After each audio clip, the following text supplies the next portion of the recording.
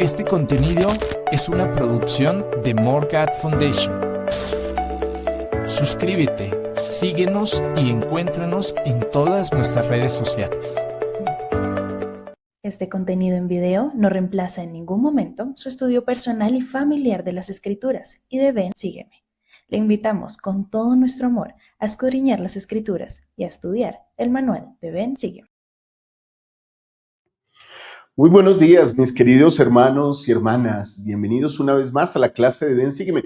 Hoy una clase súper especial porque tendremos nuestra conferencia general y seguramente estaremos muy conectados con lo que nos enseñan nuestros profetas, nuestros líderes generales. Igual y así, la clase de Ven, Sígueme está para estudiar entre semana y veremos esta clase del Antiguo Testamento, Éxodo, de los capítulos 7 al 13. Tened memoria de este día en el cual habéis salido de Egipto. Qué buen título. Esta clase la estudiaremos desde hoy, pero según el manual empieza el estudio desde el próximo lunes, o sea, desde mañana hasta el próximo domingo. Así que les invito a que estén muy atentos, a que puedan ver esta producción que hemos hecho y esta clase que hemos hecho con tanto amor para todos ustedes, queridos hermanos y hermanas. Yo espero que el Señor nos haya bendecido a todos el día de ayer con la conferencia, con las sesiones del sábado, que hayamos todos tenido experiencias espirituales positivas y que hoy sea un día de regocijo para cada uno de nosotros. Empecemos con esta clase. Antes recuerden que tenemos nuestro nuevo canal Descubriendo a Jesucristo. Los espero por allá. Todos los martes en la noche comparto una sesión espiritual de coaching ahí muy interesante. Los espero, los invito a nuestro canal Descubriendo a Jesucristo. Aquí abajo encuentran la descripción, el enlace para que vayan y nos acompañen allá. Muy bien, más tardecito tendremos también la clase de Ven, Sígueme con Liz. Todos los domingos sobre el mediodía hora de Colombia, ustedes ajusten sus relojes, son las 7:02 aquí en Colombia en este momento que están viendo esta clase, así que pueden ajustar la hora de acuerdo a sus países. Todos los domingos también tenemos esta clase, en un ratico saldrá. Muy bien, queridos hermanos, vamos de lleno a lo que es nuestra lección del día de hoy. Así que vamos con los antecedentes. Voy a presentarles los antecedentes para que entremos en materia. Miren, estos son los antecedentes de la clase de hoy y de una vez tomamos todos los principios.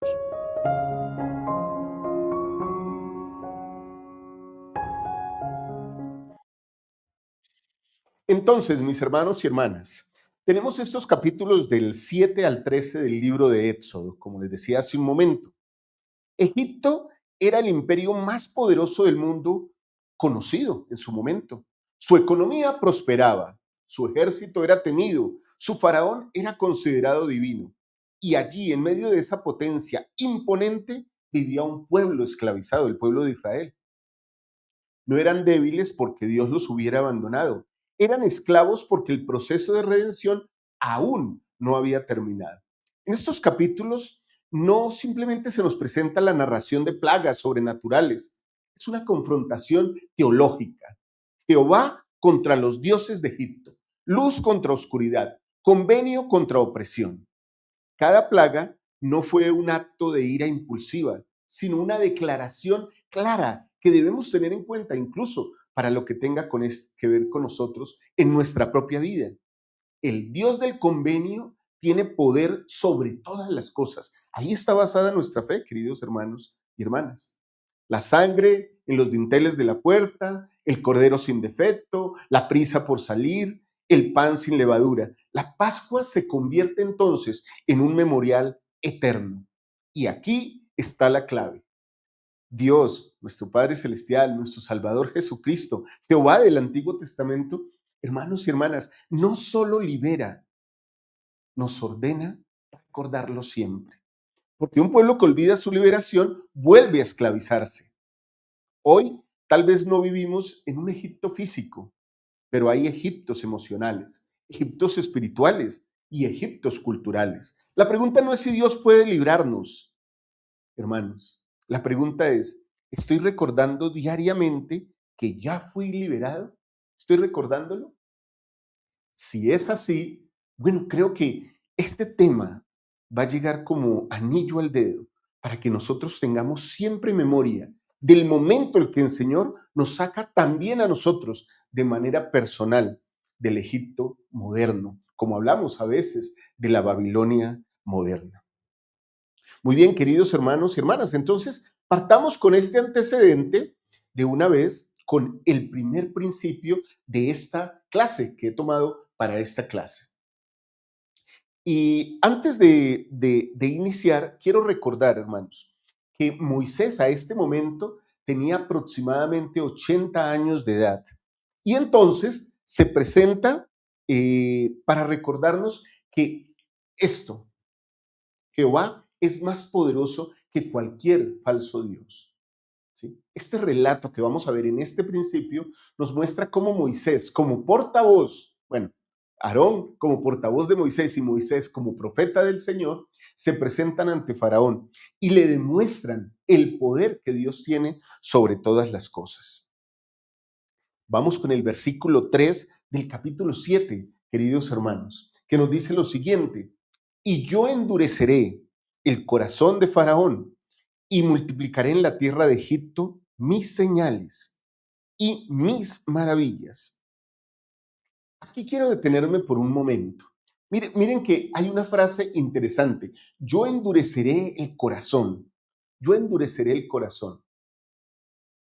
El profeta José Smith, en su, digámoslo así, en su traducción, cambia este concepto. Voy a colocarlo aquí en pantalla. Miren, cuando el profeta José Smith traduce este versículo, dice lo siguiente, el versículo: y dijo Jehová a Moisés, cuando hayas vuelto a Egipto, mira que hagas delante de Faraón todas las maravillas que he puesto en tu mano, y yo te prosperaré.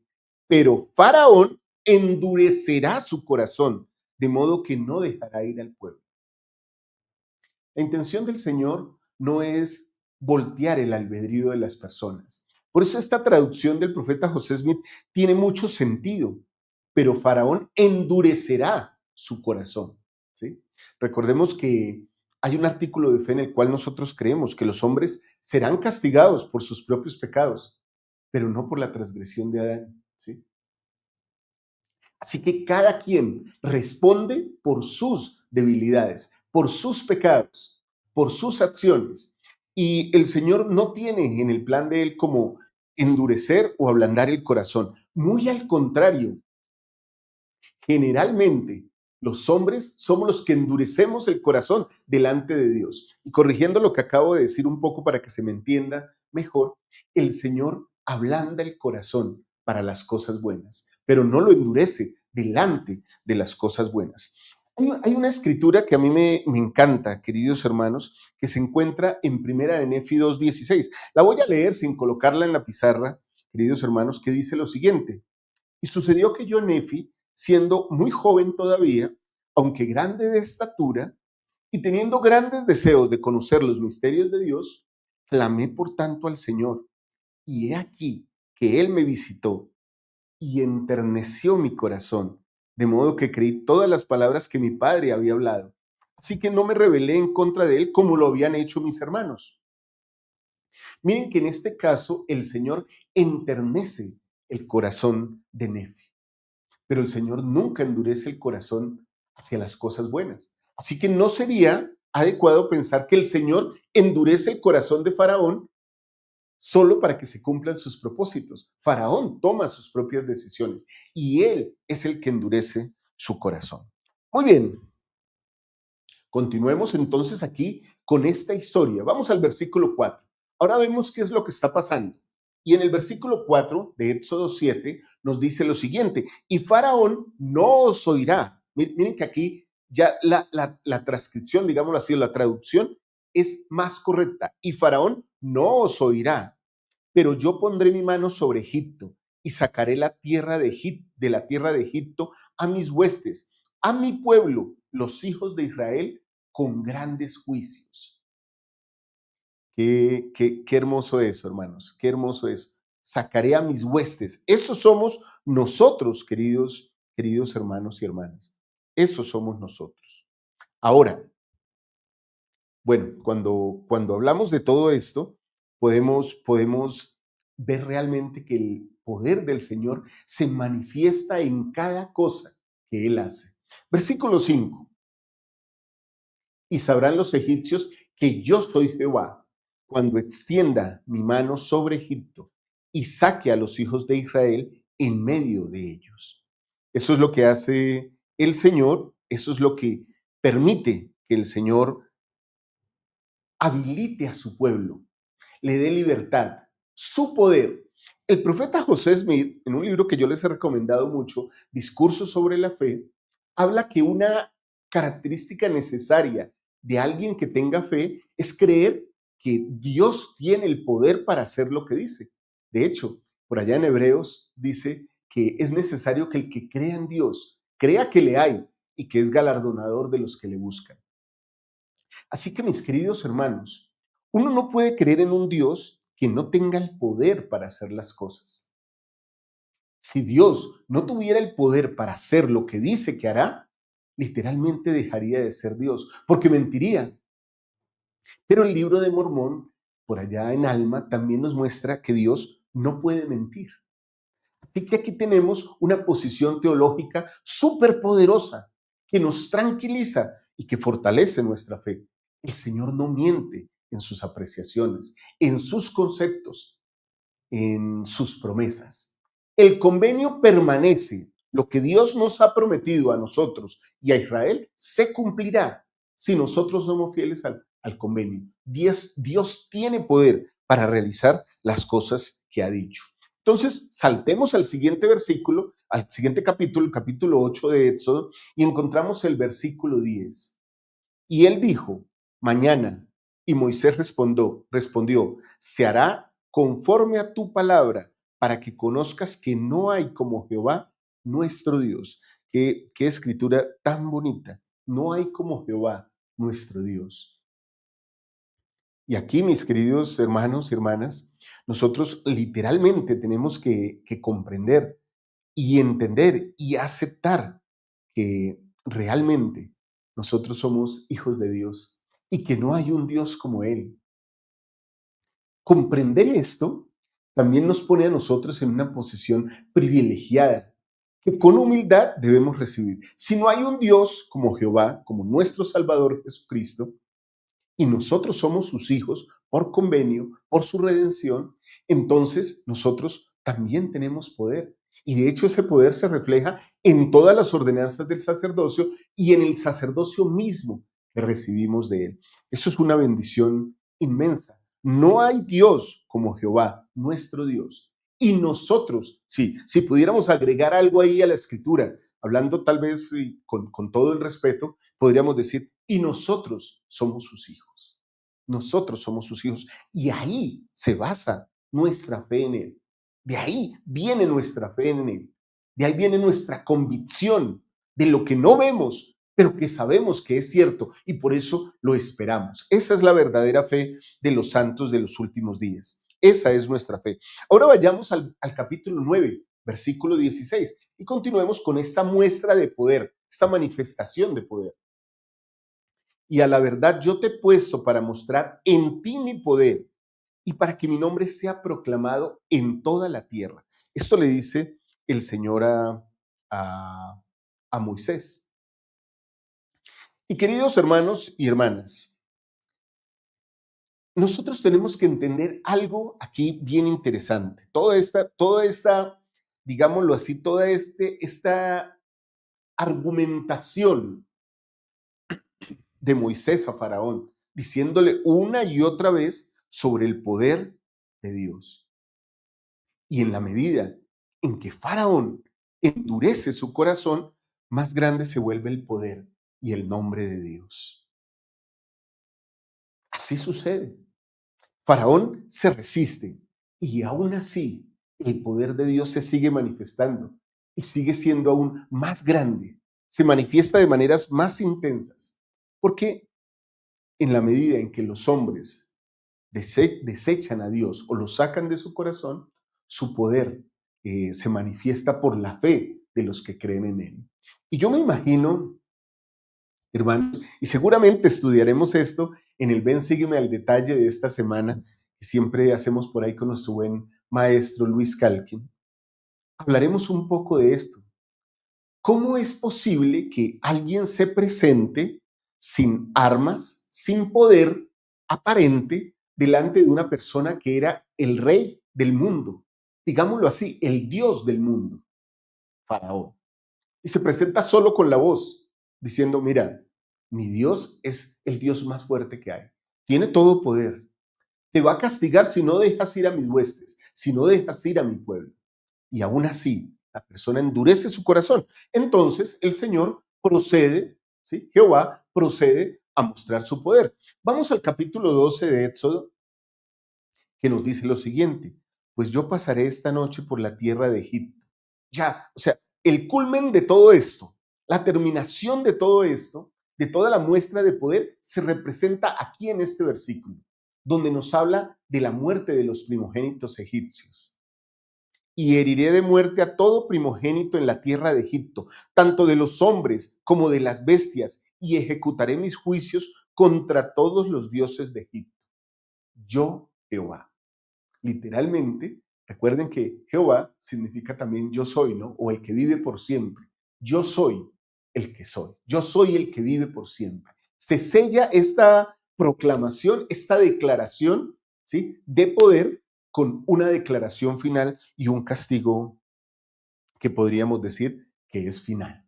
Un castigo que viene con la muerte de los primogénitos de Egipto. Bueno, la semana pasada hablamos de todo esto de la Pascua y celebramos la Pascua el domingo pasado y pudimos aprender cómo la sangre de Jesucristo evitó su sacrificio, su simbolismo de sacrificio, evitó la muerte de los primogénitos de Israel. Así de grande es el poder del Señor. Creo que esta también es una muestra para el mundo y para nosotros, si en algún momento pensáramos en ponernos en contravía a las cosas del Señor. El Señor no será burlado. Dios no será burlado. Su poder es infinito y el hombre, por más poder que tenga en la tierra, aún así, ni siquiera puede controlar lo que es el movimiento del agua del mar, de un río, lo que es la lluvia. El hombre no lo puede controlar. Imagínense cómo podría controlar o cómo podría superar el poder de Dios. Bueno, queridos hermanos y hermanas, este es nuestro primer principio y esta es la enseñanza clave que tenemos de este principio. Todas estas plagas, que hoy no las vamos a estudiar muy a fondo porque lo hemos hecho en otras ocasiones, demostraron que Jehová tiene dominio absoluto sobre toda autoridad terrenal y espiritual, sobre toda inteligencia, podríamos decirlo, sobre toda entidad que genera inteligencia en esta tierra. Dios, Jehová, Jesucristo, tiene poder sobre todo ello, queridos hermanos. ¿Cómo podemos aplicar nosotros estos conceptos doctrinales de ablandar nuestro corazón o de endurecer nuestro corazón, de ver el poder de Dios en nuestra vida, en nuestras familias? ¿Cómo podríamos nosotros aplicar todo esto para entender que realmente Dios es Dios y tiene todo poder sobre nosotros? Bueno, tal vez podemos aplicarlo de la siguiente manera. Podríamos identificar a los dioses modernos que hay, a los egiptos modernos que hay. Dinero, aprobación social, miedo, éxito, vacío. Reconocer que ninguno tiene poder real frente al Dios del convenio. Por eso se nos invita a caminar en la senda del convenio. Miren que aquí metimos una palabra que puede ser muy positiva. Bueno, aquí hay varias palabras que tienen sus connotaciones positivas también. El dinero per se no es malo. Es malo cuando se honra más que a Dios, cuando estamos más en el deseo de conseguir las riquezas más que en adorar a Dios. Pero el dinero es un medio importantísimo que podemos utilizar como cristianos si lo utilizamos bien para ayudar a otros. El éxito. A veces buscamos ser personas exitosas en todos los ámbitos de la vida. Lo importante es que cuando ese éxito llegue, no nos olvidemos de Dios, lo dejemos de lado y pensemos como, ahora yo soy todopoderoso. Ahora no necesito de nada ni de nadie y entonces me aparte de Dios. Tengamos cuidado con todo eso. Identifiquemos estos dioses falsos, estos dioses modernos, estos dioses egipcios que pueden estar circundando nuestra vida aún hoy día o a nuestras familias. Por eso les pregunto o les hago esta pregunta. Bueno, más bien dos preguntas. ¿Qué faraón estoy permitiendo que gobierne mis decisiones? Miren qué interesante este juego de palabras que estamos haciendo acá. Porque Faraón se sentía con todo el poder. Los dioses falsos del mundo creen que tienen todo el poder. ¿Nos dejamos dominar de ellos? ¿Qué Dios falso está dominando mis decisiones hoy día? Y la siguiente pregunta que les hago de este principio es muy importante. ¿Confío realmente en el poder superior de Jehová? Contesten, por favor, dejen sus comentarios aquí abajo. Y de paso, quiero invitarles, hermanos, si algo de esta clase está resonando en su corazón, en su mente, y creen que pueden compartirla con alguien, si sienten ese deseo, háganlo, hermanos. Estas clases, no importando que su servidor las dé, son las clases de Ven, Sígueme. Estudiamos las Escrituras. No hay nada de malo en ello. Y proclamamos el Evangelio desde aquí.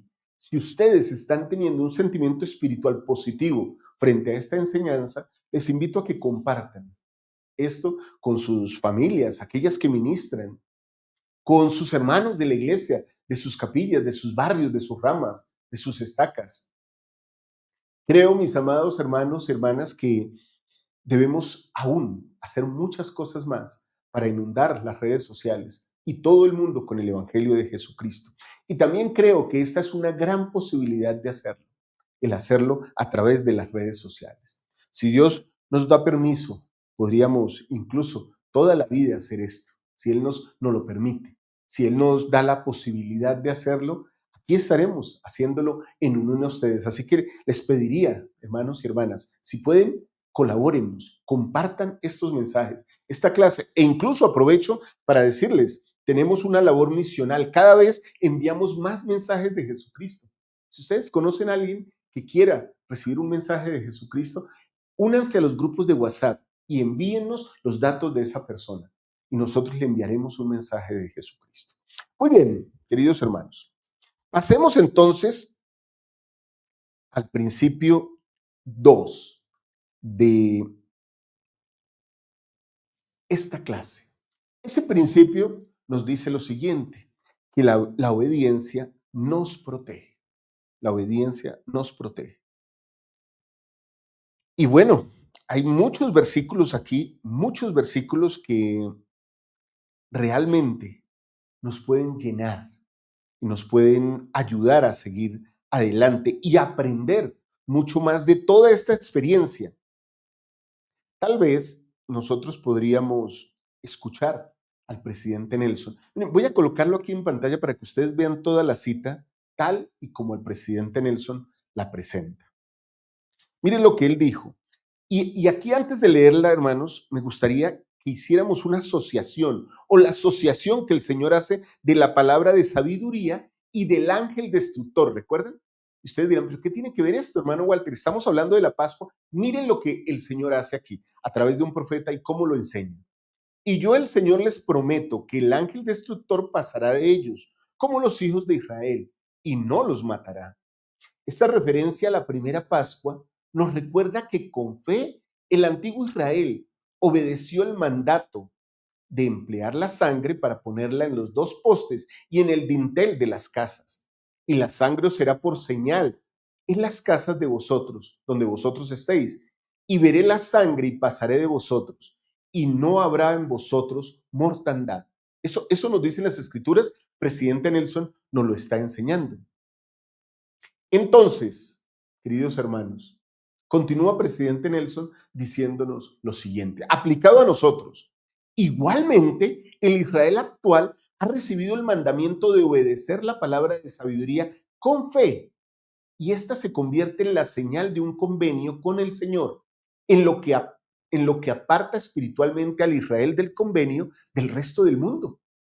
Para el resto del mundo es normal consumir sustancias y cosas adictivas que hacen mal al cuerpo. pero en nosotros es una señal de convenio, muy semejante a la del día de reposo, al pago del diezmo, a la ley de castidad. El gozo en la mañana lo sentirán aquellos que puedan mirarse al espejo y saberse limpios, o los que tengan la boca libre de los sabores que el Señor nos ha prohibido. Miren esto tan bonito, que tengamos la boca libre de los sabores que el Señor nos ha prohibido. A aquellos cuyo espíritu y cuerpo estén limpios de todo remordimiento. Qué hermosa, ¿no? Qué hermosa asociación. Porque a veces pensamos, bueno, pero ¿qué tiene que ver esto con los mandamientos de hoy día? Esto lo podríamos aplicar directamente, esto de cómo la obediencia protege, y esta frase que nos ha enseñado el presidente Nelson, la podríamos aplicar a cada mandamiento, a cada cosa que se da para nosotros en esta tierra. Miren, una singularidad del pueblo del Señor es que guarda el día de reposo. Una singularidad del pueblo del Señor es que paga un diezmo íntegro. Una particularidad, una peculiaridad del pueblo del Señor es que vive la ley de castidad, así como la palabra de sabiduría. Estas cosas nos hacen especiales y nos hacen singulares, no para orgullo, sino al contrario, para humildad delante de Dios. Estas cosas son singulares en nosotros, nos protegen. Su obediencia, o más bien la obediencia a esas leyes y mandamientos, junto con la expiación de Jesucristo, permitirán que todo el género humano, o que al menos los que viven las leyes y viven dentro del convenio, tengan vida eterna. Queridos hermanos y hermanas, ¿cuál es la enseñanza clave a todo esto y que vemos en todo esto? Bueno, la voy a compartir con ustedes. La sangre en la puerta no fue un símbolo decorativo, fue un acto de obediencia que trajo protección. Porque alguien podría, bueno, pintemos la casa, hagamos una marca aquí. Pero esto es lo que se llama literalmente aplicar la sangre expiatoria del Cordero, sin mancha, perfecto. Es lo mismo que sucede con nuestro Salvador Jesucristo. Cuando aplicamos su sangre a nosotros, no lo hacemos como un acto decorativo. No vamos al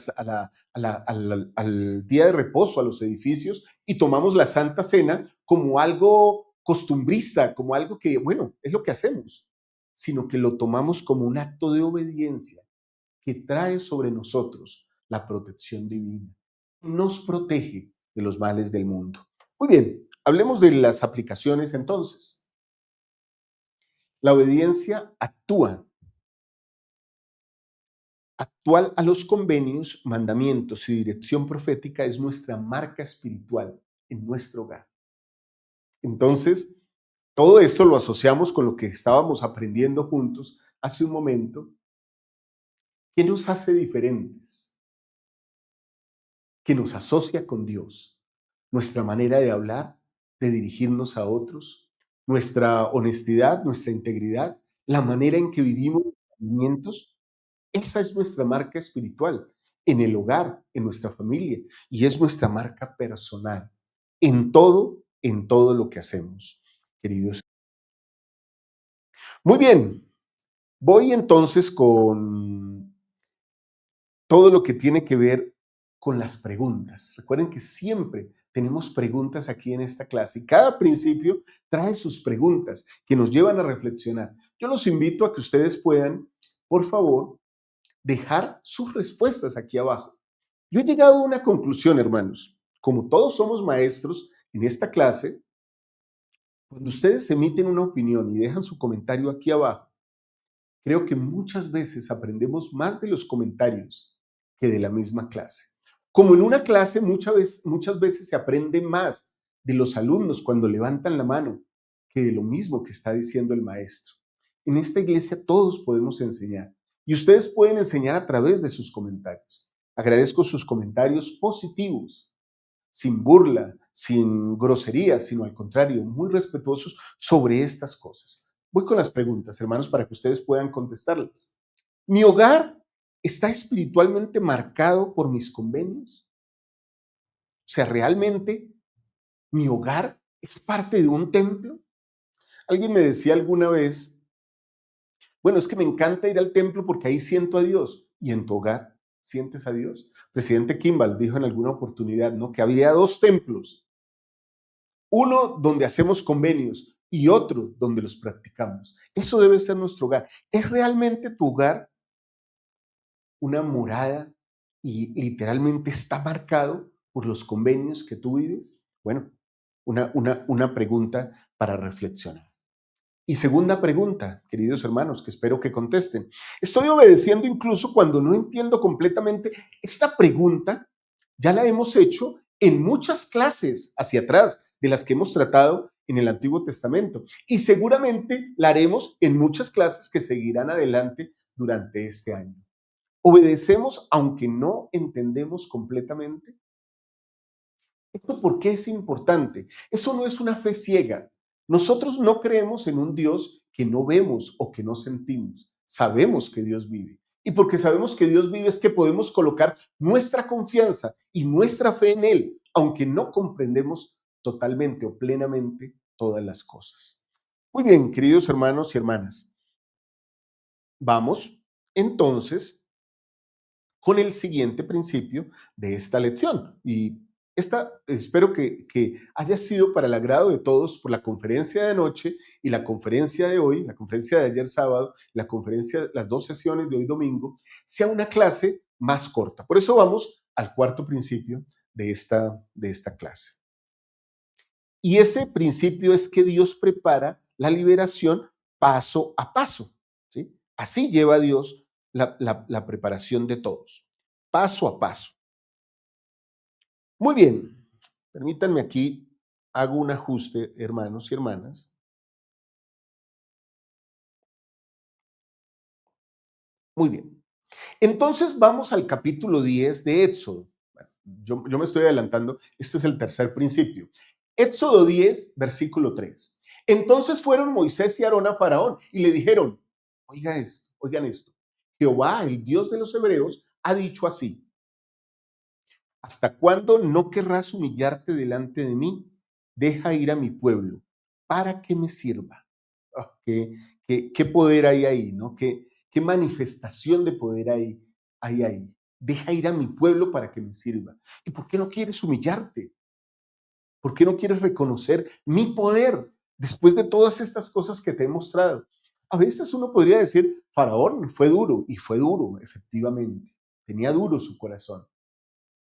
Pero nosotros que tenemos el corazón más blandito, hermanos, que tenemos un corazón de carne, o al menos se espera que por nuestra conversión y nuestra vivencia al Evangelio, nuestro corazón sea de carne, un corazón que sienta, que pueda ser penetrado por el Espíritu, no de piedra. ¿Por qué a veces no obedecemos y no seguimos a Dios cuando aún así Dios nos muestra todo su poder con las bendiciones que nos da? Bueno, vamos al capítulo 9, al versículo 20. Nos retrocedemos un poquito. De los siervos de Faraón, el que temió la palabra de Jehová hizo huir sus criados y su ganado a casa. Hubo personas, hermanos, o más bien tenemos aquí el ejemplo de personas que aún, ¿sí?, temieron la palabra de Jehová. O sea, que vieron lo que estaba aconteciendo y decidieron seguir las instrucciones. El siguiente versículo nos da más claridad. Pero el que no puso en su corazón la palabra de Jehová, dejó a sus criados y a sus ganados en el campo. Aquí hay algo interesante, ¿no? Tal vez volvamos al anterior versículo. El que temió la palabra de Jehová. Tenemos aquí a un tipo de persona, el que teme la palabra de Dios. Y en el siguiente versículo tenemos al que no teme, al que no puso en su corazón la palabra de Jehová. O sea que el temor de Jehová, el respeto, tiene que ver con cuán profundo llega la palabra de Dios a nuestras vidas. Y aquí podemos hacer una comparación, no aplicando las escrituras a nosotros, porque es necesario leer las escrituras. Nosotros hacemos un disclaimer aquí cada vez que empiezan nuestros contenidos. Este contenido no reemplaza en ningún momento el estudio personal y familiar de las escrituras, hermanos. Nada reemplaza el estudio personal y familiar de las escrituras, porque de esa manera es que se pone la palabra de Jehová en nuestro corazón. Cuando la palabra de Jehová no está en el corazón, ¿saben qué sucede? Dejamos a nuestros criados, a nuestras familias y todo lo que tenemos en el campo para que literalmente pueda ser destruido. Ojalá que no pase con nosotros, mis queridos hermanos. Ojalá que no pase con nosotros. Miren la enseñanza clave entonces que tenemos acá. La liberación no fue inmediata, fue progresiva y estratégica, de acuerdo a un plan. El Señor tenía un plan para redimir a su pueblo. Todo este tiempo que Israel pasó en esclavitud es una preparación para recibir una ley que, por cierto, era una ley mayor, que luego se convirtió en una ley menor porque no estaban listos, porque decidieron aún, a pesar de la liberación, no aceptar completamente a Dios en su corazón, abandonarlo. Entonces se les dio una ley menor. Muchas veces la liberación de nosotros, de un pecado o de una situación que nos esclaviza, también es progresiva y es estratégica en el plan de Dios para nosotros. Muchas veces no es inmediata, así que no debemos precipitarnos ni sentir angustia, sino más bien esperar en el Señor, confiar en Él. Puede pasar tiempo, seguramente pasará. La prueba de la fe generalmente no es la situación que vivimos, sino el tiempo en que vivimos esa situación. Y voy a aclarar este concepto, hermanos. Alguien dice, la prueba de la fe me la está poniendo el Señor con la enfermedad de mi hijo, porque su hijo se enfermó. La pregunta es, ¿cuánto tiempo durará la sanación? Esa es la prueba de la fe. Ahí está, en el tiempo y en el espacio, más que en la misma circunstancia, se mide la prueba de fe que el Señor coloca sobre nosotros. Él sabe lo que necesitamos. Me imagino que no es mucho menos sencillo afrontar pruebas del Señor, como lo que acabo de mencionar. He tenido otras pruebas que han durado tiempo y ese tiempo se ha convertido finalmente en la prueba que seguramente me ha refinado de una u otra manera y que espero no tener que volver a repetir. Ahora, miren la aplicación de todo esto. Aceptemos que el proceso personal de salir de Egipto puede requerir tiempo, disciplina y perseverancia, poco a poco, paso a paso. Con contadas excepciones, encontramos en las Escrituras eventos de conversión y de santidad inmediatos.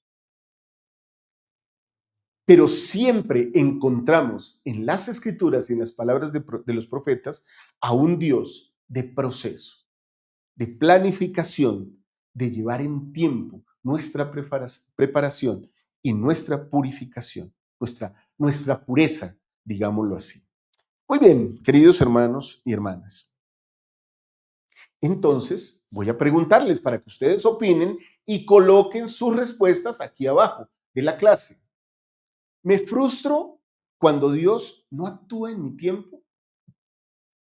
Creo que todos hemos pasado por ahí. Creo que si somos honestos, sinceros completamente, seguramente colocaremos aquí abajo en los comentarios, sí, hermano Walter, o sí, hermanos, a veces sí me he frustrado, porque estamos en nuestros tiempos, porque no somos perfectos, a veces no entendemos todas las cosas del Señor. Pero el reconocer esto no es para decir, bueno, así es con todo mundo y así pasa. Entonces yo también me puedo frustrar. El reconocer esto es para entender. Permítanme un momento aquí, hermanos, que me sonó aquí un aviso. Pero el momento del Señor es el momento oportuno, aunque nosotros no lo entendamos por completo. Muy bien, vamos con la siguiente pregunta. ¿Estoy viendo las pequeñas liberaciones como milagros reales? Porque a veces hay cosas que pasamos por alto, hermanos. Yo voy a mencionar milagros sencillos que a veces pasamos por alto. El plato con la comida en la mesa es algo que a veces pasamos por alto. Hay personas que no lo tienen, hermanos. Hay personas que no tienen el alimento en sus mesas y celebran cuando éste está. Tal vez nosotros, como lo tenemos tan a menudo, no prestamos atención. a la riqueza y antes tal vez nos quejemos. Oh, ¿por qué esto? ¿Por qué me pusieron esto? No me gusta esta comida. Pero hay personas que padecen de eso. A veces no agradecemos lo pequeño del milagro. Un milagro puede ser despertar. Un milagro puede ser ver la naturaleza. A veces veo personas que se quejan porque llueve mucho, pero también se quejan porque hace mucho sol y también se quejan porque hace mucho frío. En lugar de reconocer la belleza de estas pequeñas cosas que se presentan en los cambios climáticos y en la naturaleza, solo buscan o proyectan su vida en queja, en molestia con el Señor. Veamos las pequeñas cosas de las cuales el Señor nos libera y con las cuales el Señor nos bendice como milagros reales. A veces el Señor nos salva de opresores que tenemos como las deudas, como la mala fama, como la impertinencia, como la soberbia de las personas, incluso de odios y rencores que personas tienen contra nosotros sin ningún motivo o a veces con un motivo aparente de acuerdo a lo que ellos piensan. Aún el Señor nos puede bendecir y librar de todas esas cosas. Muy bien, queridos hermanos y hermanas, ahora sí, vamos con el principio 4 de esta lección. Y ese principio es que debemos recordar la liberación y cómo ella fortalece la libertad en el convenio. O sea, Dios no nos libera para decirnos, ya no tienes que responderle a nadie, ni siquiera a mí. Recuerden, Él es la verdad, la luz. ¿Sí? En Él hallamos libertad, Él nos hace libres. Conoceréis la verdad y la verdad os hará libres. Esa verdad, queridos hermanos y hermanas, nos llena. Esa verdad es la que nosotros tomamos y queremos compartir con otros. Por eso, en este momento quiero hacerte esta invitación. Nuevamente, a que pienses, ¿has aprendido algo en esta lección? Si es así, ese es un sentimiento del Espíritu. Si estas cosas que hemos hablado te han llevado a reflexión, ese es un sentimiento del Espíritu. Comparte esto con otras personas. Y si estás por primera vez en esta clase y quieres volver a verla o no quieres perderte las siguientes clases de las otras semanas, activa una campanita que hay aquí abajo. Suscríbete y también comparte con tu familia todo esto. Porque bueno, todo esto se comparte, ¿no? Todo esto se da, todo esto se busca y llena nuestros corazones. Muy bien, queridos hermanos y hermanas. Vamos al capítulo 12 de Éxodo. En este capítulo encontramos un versículo bien interesante que tiene que ver con todo esto de la liberación y que podríamos asociarlo sin ningún matiz, digámoslo así, de es que está tratando de conectar las cosas, pero es que todo está conectado a Jesucristo. Y habréis de conmemorar este día y lo celebraréis como fiesta solemne a Jehová durante vuestras generaciones por estatuto perpetuo. Lo celebraréis. Qué interesante. Por estatuto perpetuo lo celebraréis. El versículo, o en el capítulo 13, en el versículo 10, también nos enseña una verdad interesante sobre esto. Por tanto, tú guardarás este rito en su tiempo, de año en año, hermanos, de año en año. Así sucede. Entonces, queridos hermanos, permítanme explicar estos versículos. Pues resulta y pasa, mis queridos hermanos y hermanas, que estos versículos son acerca de la fiesta de los panes sin levadura. El Señor estableció la conjunción con el día de la Pascua. Ambos eventos se observan cada año. En cuanto a la fiesta, se les ordenó a los hijos de Israel que comieran panes sin levadura durante 7 días. Ningún trabajo, aparte de la preparación de los alimentos, debía hacerse en esos días. El primer y el séptimo día se celebraría una reunión religiosa. La consecuencia de comer cualquier cosa leudada dentro de los 7 días podría resultar en ser cortada de la promesa de Dios. Se observó que la fiesta recordaba el éxodo de Egipto. Y quiero hacer aquí una nota, queridos hermanos, que quiero compartir con ustedes, ya terminando con estas imágenes. Y es que el pan sin levadura no contiene levadura u otro fermento, lo que puede hacer que el pan se moldee o estropee, que crezca o que quede deforme. El símbolo del pan sin levadura, por lo tanto, es un símbolo de pureza y de no estar corrompido. Tal vez ya sepamos esto. La levadura corrompe, o sea, cambia, a veces incluso de una forma en que el Señor no quiere. Cuando habla del pan sin fermento y sin levadura, habla de pureza, de no estar corrompido. 7 días en las Escrituras a menudo se representa como la plenitud o la perfección. Por ejemplo, la creación del mundo durante 7 días. Esto lo saqué de unos estudios del hermano W. Breitstein. Él es un estudioso de las Escrituras y enseña sobre estas cosas, queridos hermanos. Solo quería traerlo como un contexto de lo que ustedes van a leer esta semana. Cuando lean estos capítulos del 7 al 13, van a decir, ¿qué es esto de la fiesta de los panes y la fiesta de la Pascua? Son 2 fiestas que se conjugan, que se unen y que se celebran cada año. Nosotros celebramos la Pascua cada año, ¿sí? Y literalmente podríamos decir que comemos del pan del cuerpo de Cristo cada 8 días. Podríamos hacer la similitud ahí, la tipología ahí de este símbolo con Jesucristo. Muy bien, ¿cuál es la enseñanza clave de esto? La memoria espiritual preserva la fe de generación en generación.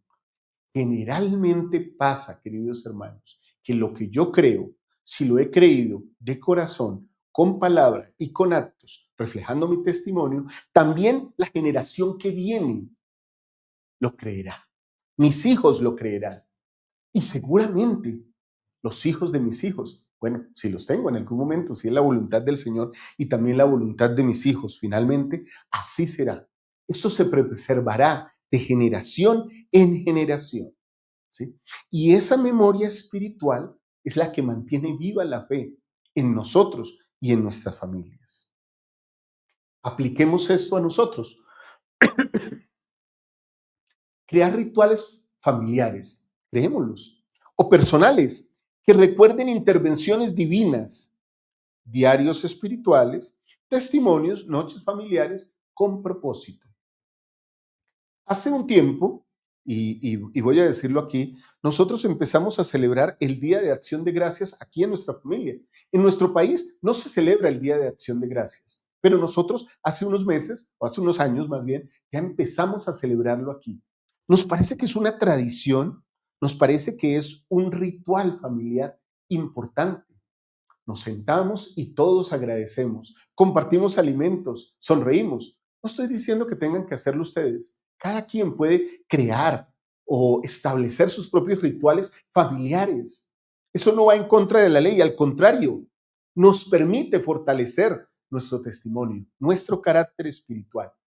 Y me gusta de esta aplicación que les he compartido, hacer noches de hogar con propósito. Queridos hermanos y hermanas, no hagamos las cosas por simplemente hacerlas, por parecer que somos buenos o porque nos han pedido que lo hagamos, entonces hagámoslo, ¿sí? No lo hagamos simplemente de esa manera. ¿Listo? Hagámoslo porque nos nace en el corazón. Voy con las preguntas para este principio. ¿Estoy enseñando a mi familia a recordar lo que Dios ha hecho por nosotros? A menudo les recuerdo eso. Qué bueno recordar los momentos de aflicción, pero también recordar los momentos en que Dios nos liberó, nos bendijo. Eso fortalece el testimonio. Como el pueblo de Israel se le mandaba siempre recordar cómo el Señor lo había sacado de Egipto, a nosotros se nos manda recordar cómo nosotros hemos también sido salvados.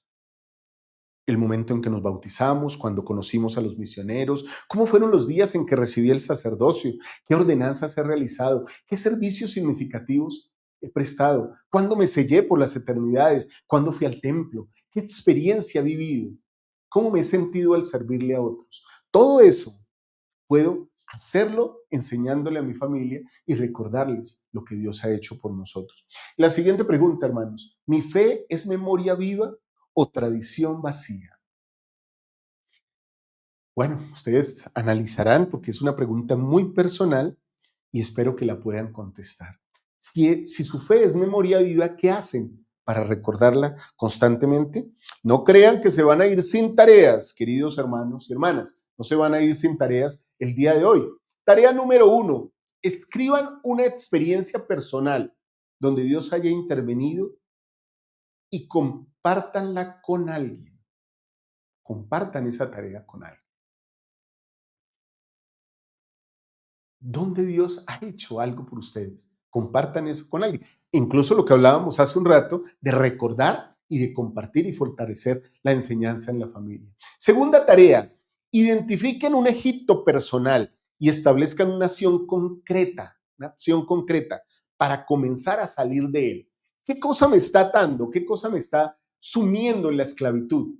Bueno, eso puedo hacer una acción, puedo establecer una estrategia y empiezo un proceso para abandonar ese Egipto que está llegando a mi vida. Y tercera tarea que les comparto el día de hoy.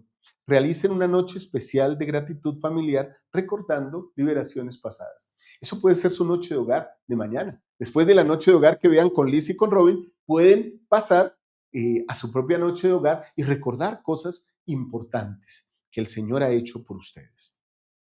Termino, hermanos, con mi testimonio. Yo sé que Jesucristo vive, que Él tiene la capacidad de liberarnos, lo ha hecho conmigo y no tengo la menor duda que lo puede hacer por todos sus hijos. Testifico con humildad que si no fuese por el Señor, por su amor, seguramente sería preso de muchas cosas. Y algunas que seguramente estoy corrigiendo, sé que el Señor con su bondad me puede bendecir para librarme de ellas. De esas cosas testifico, hermanos. En el nombre de Jesucristo, amén. Quiero dejarles, solo para finalizar, mi frase para cerrar esta lección, queridos hermanos. Un pueblo que no recuerda su liberación nunca vuelve a vivir como esclavo. Un pueblo que recuerda, su liberación nunca vuelve a vivir como esclavo. Si nosotros recordamos al Señor constantemente, nunca seremos nuevamente esclavos de las cosas de las que nos hemos liberado, de las que nos hemos arrepentido, las cosas que hemos abandonado o las situaciones de la vida que nos han llenado de congoja. Queridos hermanos y hermanas, si buscan la clase, pues la encuentran, hermanos. En la próxima clase vamos a hablar de muchas cosas que tienen que ver con toda la liberación de Israel, con todo lo que tiene que ver ya la salida en sí de Israel por el Mar Rojo y toda la ley que vino después de todo esto. Esto veremos en la próxima clase, así que los invito para que se programen todos los domingos a las 7 de la mañana, hora de Colombia, Perú, Ecuador, Miami, en Estados Unidos. Ustedes ajusten sus relojes o entre semana. Gracias a los que nos ven entre semana. Gracias a los que nos buscan, a los que estudian las clases con nosotros. Muchas gracias. Si quieren ver la clase nuevamente, busquen aquí a su hermano Walter, así muy sonriente, y estudien con nosotros. Les amo con todo mi corazón. Espero que esta clase nos ayude a todos a ser un poquito más semejantes a nuestro Salvador Jesucristo. Por favor, dispónganse ahora. Hoy no vamos a las capillas, pero sí tenemos la oportunidad magnífica de escuchar a nuestros profetas, a la primera presidencia, a los 12 apóstoles y a líderes escogidos especiales para traernos la palabra de Dios. Disfruten la conferencia. Los dejo. Chao, chao.